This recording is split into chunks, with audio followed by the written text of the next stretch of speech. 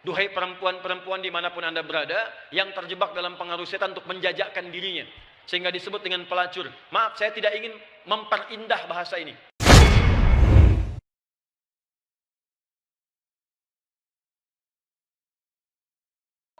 Ada lonte hina Habib.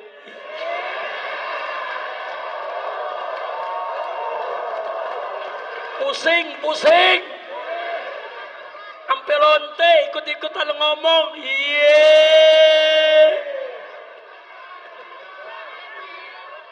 Saudara, lanjut jangan. Ya lu jangan berisik dong. Saya nggak marah. Cuman ada umat yang marah. Ngancam mengepung lonte.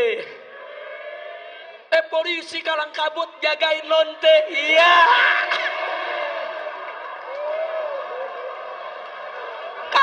Kacau.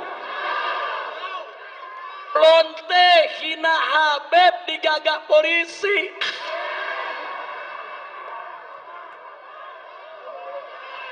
Kacau tidak? Musinya lonte yang hina Habib, hina ulama, tangkap. Bukan dijagain. Polisi jawab, tapi ada ancaman Habib, maka lu tangkap. Betul? Ditangkap enggak? Dijagain. Jangan-jangan minta jatah kali.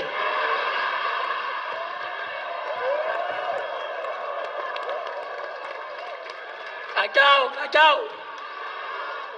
Saya ngelihat begini sakit jadi baik. Mudah-mudahan gak sakit lagi dah. Amin. Udah dah, jangan diterusin dah. Udah biarin lonte, biar rame lonte aja dah ngomongnya. Kira-kira jelas gak? Lanjut.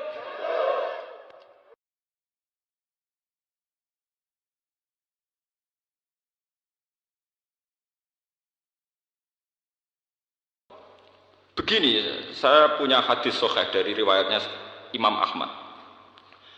Inna Allaha ta'ala la yanzi'a barakatal ardi hatta la yuqala fil ardi lizolim antaz zolim.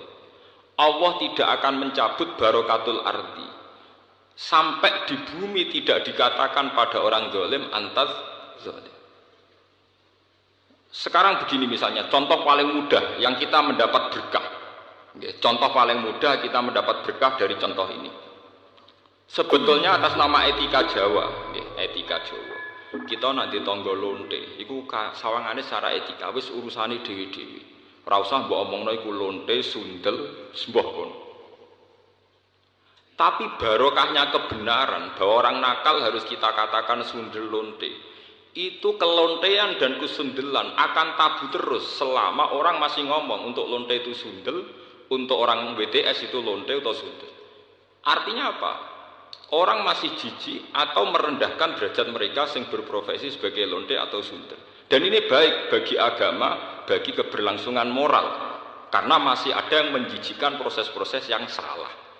Meskipun kita sebagai ulama, sebagai tokoh masyarakat, tentu mereka kita kasih ruang taubat. Juga kita kasih hak-hak sebagai martabat, sebagai manusia. Tapi kita tetap akan bilang bahwa itu namanya lonte, sundel atau apa.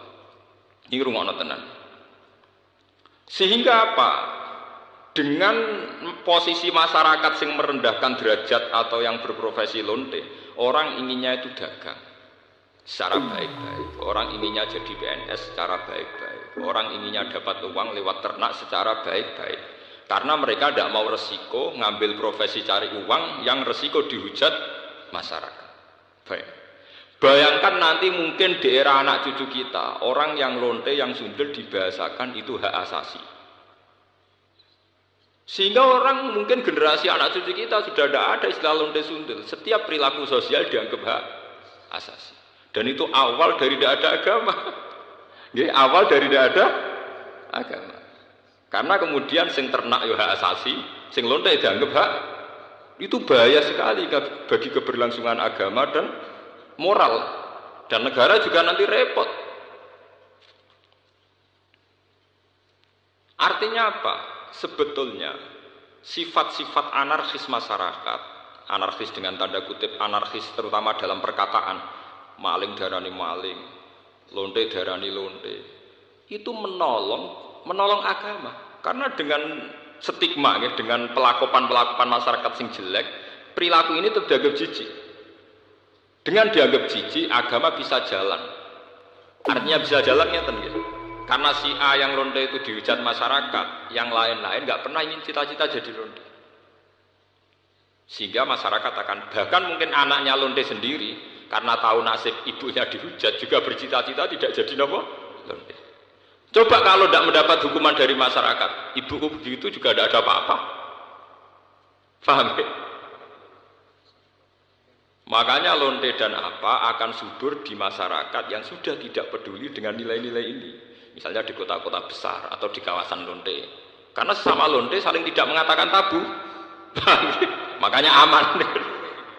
Lalu itu pulau terkenang hadis riwayat Ahmad. Allah tidak mencabut barakatul ardi sehingga orang-orang zalim tidak dikatakan antas.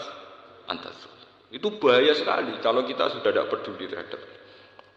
Nah, risalahnya Allah kepada Nabi Muhammad itu sing penting bahwa benar dikatakan benar, salah dikatakan salah. Tidak harus gol, tidak harus apa? Gol.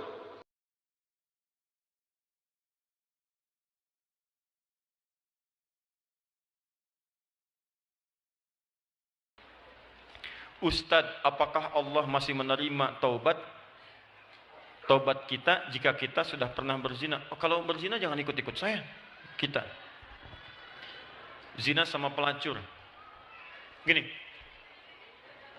kalau Anda masih punya kesempatan bernyawa dan belum sampai nyawa itu ke kerongkongan, maka taubat itu sangat terbuka bagi Anda. Kecuali kalau nyawa sudah sampai ke kerongkongan, segera kembali. Bahkan ada ayat yang khusus diturunkan untuk pertanyaan Anda ini. Ayatnya ayat ke-53, surahnya surah ke-39. Ayat itu diturunkan untuk menjawab seseorang yang terlibat dengan pertanyaan Anda seperti ini dan dia mau tobat. Maka Allah turunkan ayat kuliah, ibadiyalladzina asrafu ala anfusihim la taqnatu min rahmatillah. Katakan Muhammad pada hamba-hambaku yang telah berbuat israf. Di antara israf yang mengerjakan perbuatan dosa besar. Dosa besar di antaranya zina. Ketika dikerjakan seperti itu dia mau tobat. Kata Allah, ayo tobat, jangan putus asa dari rahmat Allah Subhanahu wa taala. Kenapa ada kalimat jangan putus asa? Karena orang kalau berbuat dosa besar, setannya lebih mudah menjerumuskan dia. Karena akan dibuat kalimat-kalimat dalam dirinya, seakan-akan mencegah dia untuk bertobat. Sudah, dosa kamu berbuat sudah begitu besar, nggak ada kesempatan untuk bertobat lagi. Sudah, kamu sudah terlanjur basah, berenang sekalian, tinggalkan perbuatan yang ini. Kamu medannya di sini, kamu dunianya di sini. Kata Allah, itu semua tidak benar. Saya itu adalah Tuhan rahmat, bukan Tuhan ghadab. Rahmat saya melebihi ghadab yang ada dalam diri saya. Maka rahmat itu manfaatkan. Tobat. Ayo tobat. Saya katakan, jangankan Anda, pelacurnya pun. Maaf ya. Duhai perempuan-perempuan dimanapun Anda berada, yang terjebak dalam pengaruh setan untuk menjajakkan dirinya. Sehingga disebut dengan pelacur. Maaf, saya tidak ingin memperindah bahasa ini. Saya tegaskan pada Anda ya. Kalau maksiat itu, istilahnya jangan dibikin sopan. Kalau dibikin sopan, nanti bangga tampilannya. Maaf, koruptor maling. Ketika dibuat koruptor, dipakein jaket kuning, cuma pakai jaket. Masya Allah, enak banget senyum-senyum, bawa tas. Kontingen koruptor Indonesia, bawa tas. Senyum, foto-foto, bilang maling. Samakan dengan ayam. Kenapa orang pencuri ayam disebut maling? Pencuri uang ratusan miliar triliun disebut dengan koruptor. Walaupun mungkin maknanya berbeda, tapi kalimatnya diperindah.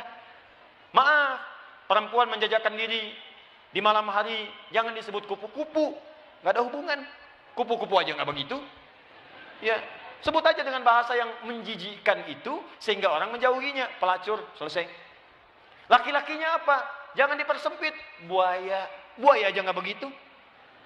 Udah sebut aja misalnya pria jahat, pria buruk, pria pezina, selesai. Tuh pria pezina tuh. Bukan itu hidung belang, hidungnya sama. Nggak belang dia. Katakan pezina. Begitu disebut pezina, dia akan menjauhi perbuatan itu. Ayo, tempat-tempat zina, sebut aja begitu. Ya, jangan disebut dengan kalimat-kalimat yang indah. Begitu disebut dengan kalimat yang indah, seakan-akan perbuatan itu menjadi baik. Teruskan. Pernah dengar tentang hadis ini? Seorang pelacur memberikan air, minuman kepada seekor anjing. Ketika diberikan itu tiba-tiba keluar firman-Nya, dengan segala keikhlasannya dia masuk ke dalam surga. Pernah dengar hadis itu? Jangan salah baca. Kalau salah baca nanti, jadi pelacur aja bisa masuk surga? Cukup cari anjing aja. Anjing, kasih minum, surga. Kalau seperti itu enak banget. Bukan, cara bacanya adalah ketika dia memberi minuman itu, dia sadar dengan dirinya. Ini anjing aja hewan najis. Disebut najis.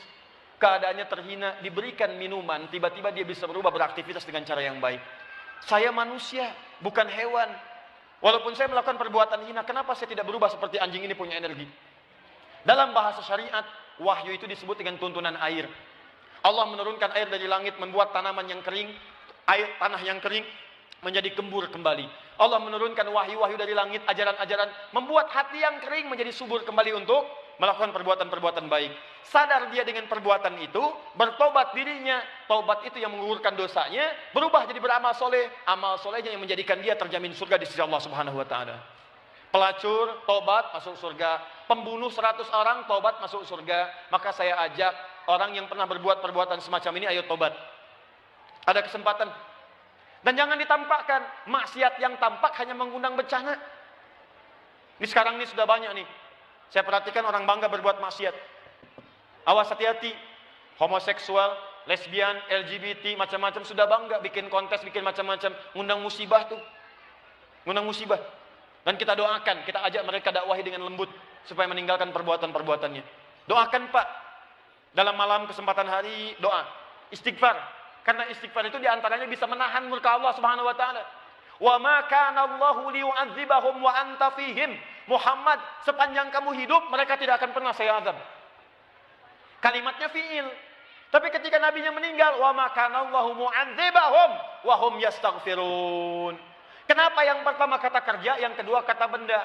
Pertama kata kerja karena di zaman Nabi, setelah masuk Islam, jarang orang berbuat maksiat. Setelah nabinya meninggal, berubah jadi kata benda. Orangnya banyak bermaksiat. Tapi kenapa azab ditahan oleh Allah? Ada kalimat di ujungnya, wahum yastaghfirun. Karena ada orang-orang yang masih istighfar kepada Allah Subhanahu wa taala. Kita berdoa malam. Ya, bikin programnya. Saya kemarin ke Padang, berapa waktu lalu, wali kota Padang punya program Padang bebas maksiat. Saya kira ayo Kabupaten Bandung. Ya, Kabupaten Bandung bebas maksiat. Anda berdoa, dakwahi, tampakkan kebaikan. Ayo mulai sekarang yang ngaji dengan saya minta komitmennya. Kalau Anda pegawai, berangkat ke kantor, perilaku yang baik. Tunjukkan nilai keislaman. Jujur dalam bekerja. Jangan takut. Anda tidak akan kehilangan rezeki. Anda nggak korupsi pun, rezekinya segitu. Anda korupsi, rezekinya nggak nambah segitu juga. Jadi kalau Anda bisa dapatkan yang halal, kenapa mencari dengan yang haram? Nggak usah. Yang baik-baik aja. Rezeki Anda sudah terjamin. Demi Allah saya katakan, kelihatannya banyak, cuman segitu juga. Kalau Anda berbuat baik, ditahan oleh Allah, seperlunya dikasih, perlu dikasih supaya Anda nggak repot. Kadang-kadang dikasih banyak supaya bisa zakat, supaya bisa infak. Cukup tempuh dengan cara yang jujur, rezeki datang dengan semestinya. Ayo Anda yang bekerja di birokrasi, di diplomasi, jujur aja udah. Tunjukkan nilai keislaman. Pak, kenapa sok soleh sih? Gak nerima proyek begini, bukan sok soleh. Saya ingin menunjukkan bahwa agama yang saya peluk selalu mengarahkan pada nilai-nilai kebaikan. Demi Allah saya katakan, saya tidak menerima ini pun rezeki saya akan didapatkan dengan seperlunya. Sesuai dengan kebutuhan saya. Paham? Ditinggalkan yang tidak baik. Apapun pekerjaan Anda, yang polisi, yang tentara, yang macam-macam, yang camat, yang lurah, yang bupati, ayo, kalau Anda merasa mengaji dengan kami, tunjukkan bahwa apa yang kita pelajari bisa dipraktekkan dalam kehidupan. Yang seperti ini, tobat. Kalau Anda tobat, saya doakan, saya bermohon pada Allah, semoga yang bertanya ini kalau benar-benar dia bertobat, dan semua yang bermaksiat bertobat, saya bermohon pada Allah, semoga dimuliakan dengan surga saat kembali kepada Allah Subhanahu wa taala. Habis ini waktunya. Satu lagi terakhir ya, ini yang terakhir. Oh maaf, ini cara tobatnya ada di Quran surah keempat ayat 17 sampai 18. Segerakan, jangan ditunda. Innamat taubatu 'ala Allahi lil ladzina ya'maluna su'an bijahalatin tsumma yatubuna min qarib. Orang tobat itu kalau pengen cepat diterima tobatnya, begitu dia terfikir tobat, segera tobat saat itu. Kalau siang ini Anda sadar salah, diam. Tobat, jangan tunggu malam, karena boleh jadi ketika Anda merencanakan malam, maut datang lebih cepat daripada apa yang Anda fikirkan. Terkadang saya bingung dengan diri saya sendiri. Anda aja bingung dengan diri Anda, apalagi saya. Kenapa Anda bingung? Saya selalu berbuat kebaikan, kenapa diinformasikan? Tetapi saat saya menemukan kemungkaran, saya hanya hanyut di dalamnya. Apakah saya termasuk orang munafik? Teman-teman sekalian, baik itu tidak akan bertemu dengan keburukan. Amal soleh tidak akan bertemu dengan amal salah. Jika Anda beramal soleh masih berbuat yang salah, pasti ada yang salah dengan mengerjakan amal solehnya.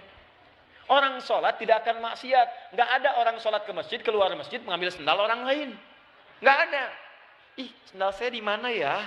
Kayaknya di sini deh. Tadi di sini betul. Oh iya, yang ini dipakai aja. Padahal dia ke masjid nggak pakai sendal. Kalau sholatnya benar, dia nggak akan begitu.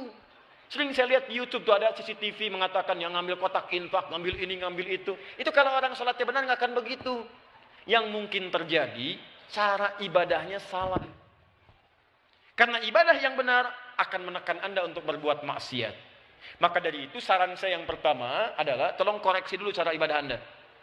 Pahami dengan baik. Yang kedua saya berikan cara cepat. Ini cara paling gampang. Cara paling gampang. Kalau Anda telah beramal soleh, tiba-tiba ada ajakan berbuat maksiat, langsung katakan pada diri Anda. Katakan, kalau kamu berbuat seperti ini, bayangkan kamu akan diwafatkan saat kamu bermaksiat.